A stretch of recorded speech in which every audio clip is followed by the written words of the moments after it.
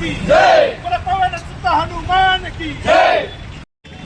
मागील काही दिवसापासून आपण सोशल मीडिया प्लॅटफॉर्म असेल, टीव्ही चॅनलवर असेल, एक व्हिडिओ प्रचंड व्हायरल झाला ज्यामध्ये दीपू दास नावाचा एक हिंदू बांधव जो बांगलादेशमध्ये राहतो, आपलं रोजीरोटीसाठी एका प्रायव्हेट कंपनीत जॉब करत असताना आपल्या मित्राला बोलताना सांगितलं, आम्ही देवाला मानतो, तुम्ही अल्लाला मानता, आम्ही देवाला मानतो, एवढी जनभावना व्यक्त केली असताना प्रत्येक हिंदू माणूस वसुदैव कुटुंबकम या पृथ्वी तलावर राहणारा प्रत्येक माझा परिवार आहे आणि प्रत्येक आम्ही आपल्या आराध्याला मानतो ही भावना असणाऱ्या दीपू दासला तिथल्या लोकांनी, फक्त धर्म अंध लोकांनी त्याला हजारोच्या संख्येनं तुडवत त्याला जीवे मारलं, नुसतं मारून सोडलं नाही, त्याचा देह एका झाडाला लटकवला, भर चौकात लटकवला आणि त्याला जाळण्याचं काम या क्रूर लोकांना केलं। तो व्हिडिओ पाहिल्यानंतर भारतातल्या प्रत्येक हिंदूंना, ज्याला हृदय आहे त्या हिंदूंच्या मनाला आग लागली आहे। त्याच्या जनभावनेनुसार आज परळीमध्ये सकल हिंदू समाजाच्या वतीनं या क्रूर अशा बांगलादेशचा ध्वज जाळून आम्ही निषेध नोंदवला आणि भारत सरकारला आम्ही विनंती करतो, कुठंतरी जगामध्ये राहणारा प्रत्येक हिंदू बांधव आमचा बांधव आहे। बांगलादेशमध्ये राहणारा हिंदू बांधवावर जर अन्याय होणार असेल तर इथून पुढे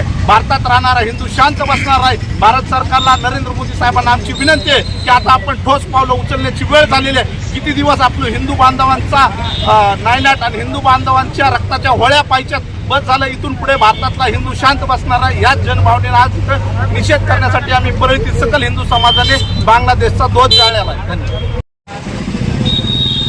गेल्या काही दिवसापासून पाहतोय आपण बांगलादेशा येथे हिंदूवरती, हिंदू माता बहिणीवरती सतत अत्याचार चालू आहेत। या अत्याचाराचा खळस झालेला असून याचा निषेध म्हणून आज आम्ही परळीमधील सकल हिंदू बांधवांनी एकत्र येऊन बांगलादेशचा ध्वज जाळत त्याचा निषेध व्यक्त केला आहे आणि आम्ही आदरणीय मोदीजींना एवढी विनंती करतोय की बांगलादेशामधील हिंदूंना संरक्षण देण्यासाठी आपण ठोस पाऊल उचलावं, एवढीच विनंती करण्यासाठी आणि बांगलादेश या नीच कृत्याचा निषेध करण्यासाठी आम्ही सर्व हिंदू बांधव एकत्र येऊन या ठिकाणी निषेध व्यक्त केलेला आहे।